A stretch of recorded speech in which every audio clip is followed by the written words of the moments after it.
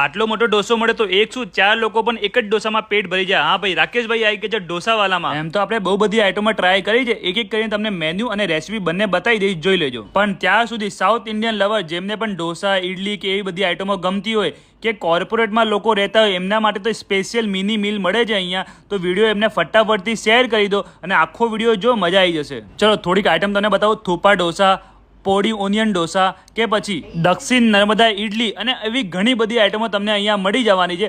અને મિની મિલની વાત કે જે કોર્પોરેટમાં જેમને લંચ માટે મિની મિલ જોઈએ એમના માટે તમને લિસ્ટ તો પછી આપી દઈશ લાસ્ટમાં મેનુની, પણ એક બે આઈટમ તમને બતાવું, જોઈ લો, બહુ મજા આવશે।